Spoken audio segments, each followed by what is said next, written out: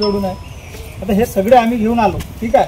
आता याच्यापैकी एकही जण लाईट बिल भरणार नाही, बरोबर.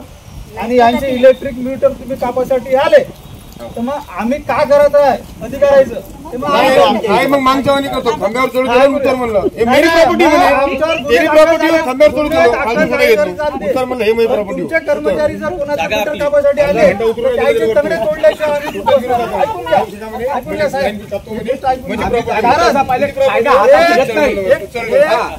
साधारण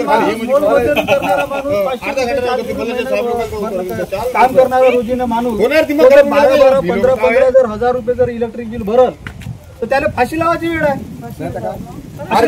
त्याच्या घरी तो माहिले का आहे याच्या घरी एक लाईट फॅन आहे त्याला 16,000 बिल आलं. आता साहेब तुम्हाला आम्ही हे बिल तुम्ही ठेवा, ताबडतोब सॉर्ट आउट करा. गावाची एवढे शक्य मामुली आम माणसाले जर पेण्याची वेळ आली आहे बिला मोडो जर पेण्याची वेळ आली. गडचांदूर शहरामध्ये तुम्ही आता जे 700-800 मीटर जे बसवले आहे ते मीटर ताबडतोब काढा, प्रीपेड मीटर सगळ्याचे, आणि जुने मीटर प्रीपेड मीटरचा एक कॅन्सल ऑफिसला आम्ही कळवतो, ठीक आहे. आणि त्यांना सांगतो तुमचा जो रोष आहे तो पूर्ण आम्ही तिकडे कळवतो.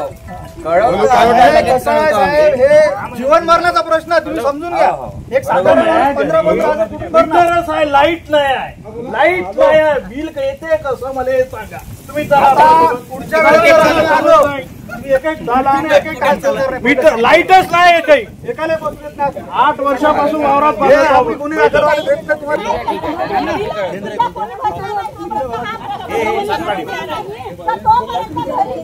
यांचं लवकरात लवकर मी हे करतो, ठीक आहे. जेवढे लोक आता आम्ही इथं 10 लोक आलो आता किती दिवस बरोबर आहे. पुढच्या वेळेला आम्ही आपल्या पद्धतीने करू मग, ठीक आहे. गुन्हे दाखल झाले तरी भ्यायचं नाही,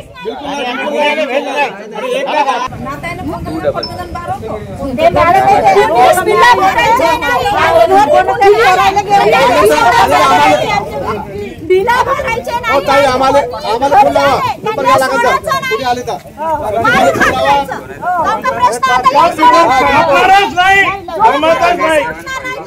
जमतच नाही. आज आम्ही या गडचांदूर शहरामध्ये या MECB कार्यालयावर आलेलो आहे.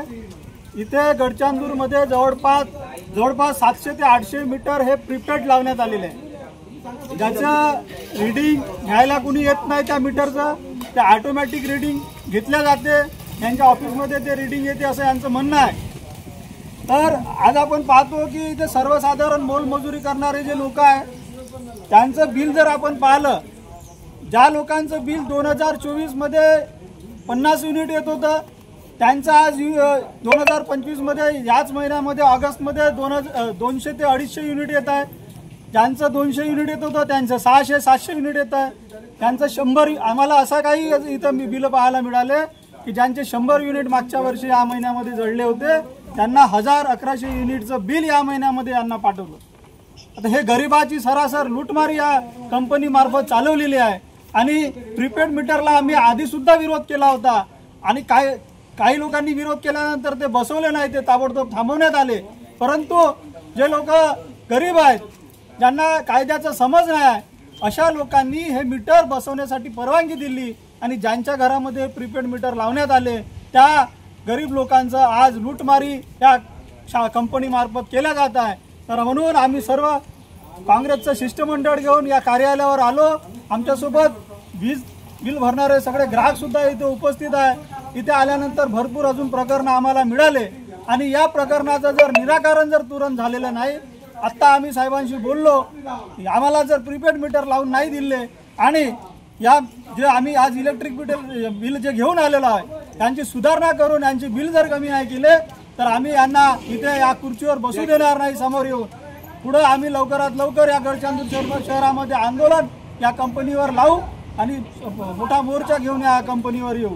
आणि या गरिबांची लुटमारी थांबवावी, त्यांचे प्रीपेड मीटर काढून जुने मीटर लावण्यात यावे अशी आमची मागणी आहे. ज्या ग्राहकांना 60-70 युनिट जे मागच्या वर्षी या महिन्यामध्ये बिल येत होतं ते सरळ त्याच्या 10 पटीनं म्हणजे 700-800 युनिट याच्या यानं बिल ते पाठवून राहिले आहे. गोरगरीब लोक आहे, 300-400 रुपये कमवणाऱ्यांना जर 9-10 हजार रुपये, 12,000-13 हजार रुपये, या काकूंना 12,000 रुपयाचं या महिन्याचं बिल आलं. ते कमवणार किती, उरवणार किती, भरणार किती, हे यांनी कुठेतरी थांबवलं पाहिजे. आणि जे नवीन मीटर लावले आहे त्यांची काही आवश्यकता नाही, शासनाचा असा काही GR आलेला नाही, ते मीटर काढून जुने मीटर लावले पाहिजे. याच्यानंतर आम्ही आता हे शांततेनं घेतलं, निवेदन दिलं आहे. याच्यानंतर जर हे मीटर बदलवले नाही किंवा हे बिल कमी केले नाही किंवा असेच वाढवून जर बिल पाठवलं तर आम्ही मोठं आंदोलन करू. गुन्हा दाखल झाला तरी चालेल. याच्यासमोर कोणताही वीज वाढीचा जे आला आहे ते कोणतंही नागरिक बिल भरणार नाही आणि याच्यापेक्षा मोठं आंदोलन आम्ही करू, याची त्यांनी दखल घ्या.